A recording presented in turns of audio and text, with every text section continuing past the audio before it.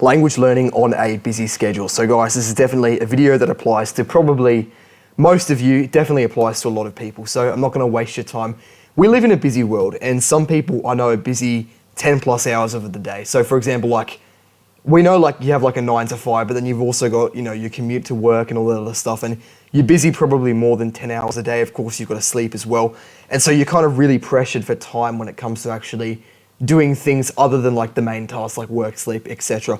But making progress is still possible. It's definitely possible in a language. You can definitely balance full-time work and other commitments, whatever, with language learning. So this video is basically going to be a guide to language learning on a packed schedule, and this one really hits home with me, especially last week, considering how busy I was last week and the few weeks before. So yeah, if you do like this kind of educational content, definitely subscribe, and yeah, let's go. So how do we actually language learn on a packed schedule? It really does come down to organization. So I presume you already do have a calendar with your things set out. If you don't, you need to do that first. That's number one. But yeah, to actually make progress in anything, especially with language learning, you need to make sure you're staying organized.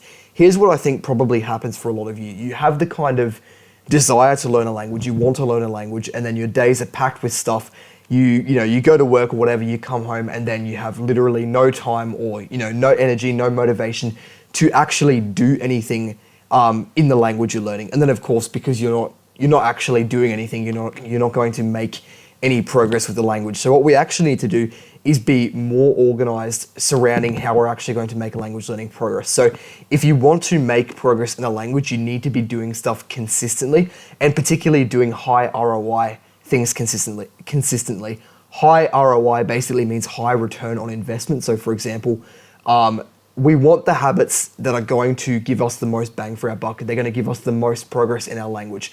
So daily, we should be doing things that are going to actually make us better speakers of that language. For example, I'll give you one.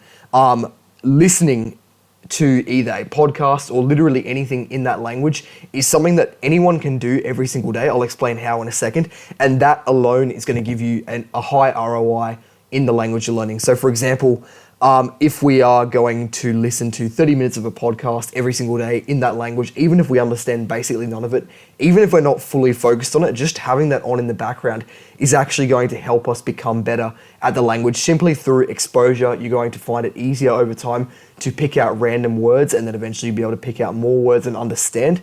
And yeah, so just little things like that we can actually incorporate will help us become better. So how do we do this? First of all, we need a habit tracker. If you don't know what a habit tracker is, I'd highly recommend you watch my video on language learning habit trackers. It's basically like you write down the habits, and then you can tick off every single day that you do them and cross the days that you don't, so that you can see how consistent you've been with a set of habits. So for language learning, you might have a couple different ones. You can also have like the gym, sleep, eating healthy, whatever habits you want. But in the context of language learning, a habit tracker is super important for holding yourself accountable over time. We definitely want to keep this lean. So by keep it lean, I mean, a big mistake a lot of people make is they make their habit tracker and they give themselves like 25 different things they need to do each day.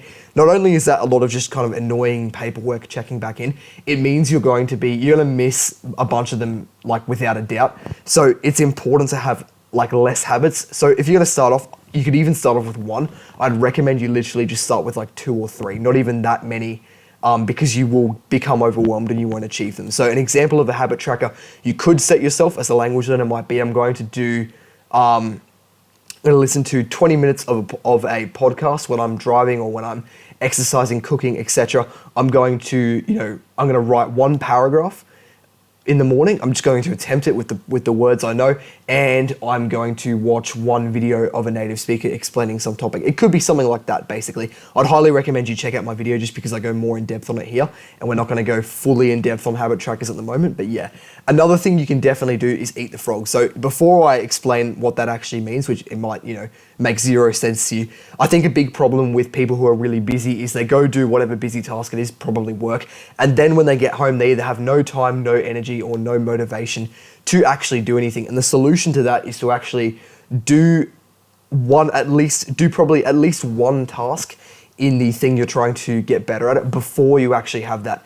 And there's a technique called eating the frog. If you haven't heard of that, that won't make any sense. Basically, the theory behind it is that if you have to eat a frog with dinner, it's better to eat it before dinner than after dinner, just because if you eat it after dinner, you're going to be like, you're going to be thinking about it, it's going to be disgusting, or you can just get it out of the way first and then wash it down with dinner. That's kind of like what we want to be doing with difficult tasks. So eat the frog in the context of language learning might mean when you wake up, you do some kind of language learning task straight away. It could be listening to a podcast while you run. It could be like doing one paragraph in the language.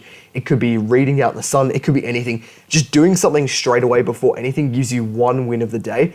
And it means that you're not going to go to sleep that night thinking that you've done absolutely nothing. It also gives you a win under your belt, which I think is really good for motivation as well. Motivation kind of snowballs, and if you get a win straight away in the day, you're setting yourself up for a good day.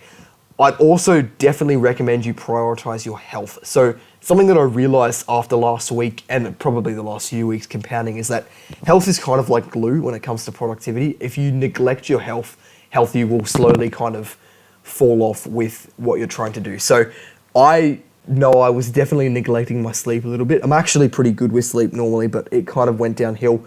And then I wasn't eating, I'm trying to eat cleaner and cleaner, like eating more healthy food, and that kind of fell off a little bit as well. And a few other things like that just compounding over time made it really, really difficult to language learn and to just kind of do anything to have any motivation. So I definitely recommend you prioritize your health. Make sure you're getting your 8 hours. Make sure you're not looking at screens right before bed. Make sure you're trying to eat healthier if you can. Just take one unhealthy thing out of your regular diet. And yeah, health is basically like glue. If you're unhealthy, if you're not sleeping properly, which is basically everyone, you're going to kind of move into like a rut, like you're not going to make as much progress. And yeah, that's kind of the basics of being productive as a language learner under a busy schedule. But yeah, definitely let me know your unique story in the comment section, guys, and I'll try and answer most comments. And yeah, I've got a link to my Discord in the description, which I'd highly recommend you jump in. And yeah, have a good one. Thank you for watching.